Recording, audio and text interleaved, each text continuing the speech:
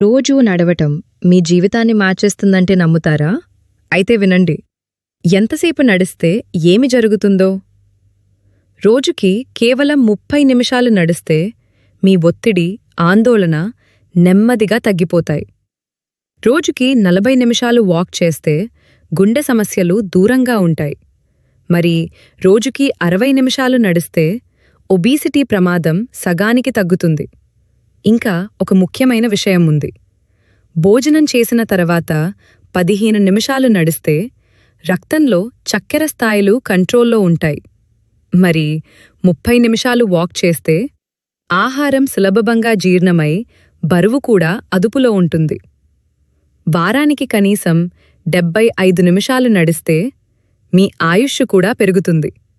మరి 120 నిమిషాలు వాకింగ్ చేస్తే మీ మెదడు పవర్ పెరిగి జ్ఞాపకశక్తి కూడా మెరుగవుతుంది. ఇంకెందుకు ఆలస్యం? ఈ రోజు నుంచే నడక మొదలుపెట్టండి.